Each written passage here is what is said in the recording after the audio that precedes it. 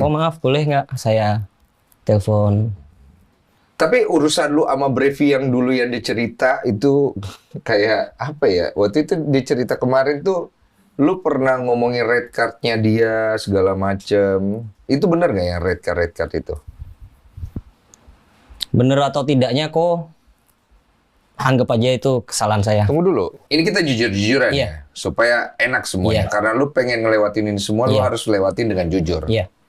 Lu beneran pernah ngomongin tentang red card Brevi yang istilahnya kayak ngeledek gitu atau enggak? Jujur. Saya nggak ingat kok. Cuman anggap aja itu kesalahan saya dulu. Saya lakukan. Saya akuin itu salah. Mungkin saya kilaf waktu itu. Mungkin saya emosi. Nggak inget atau lu ngerasa gue pernah sih kayaknya ngomong kayak gini gitu.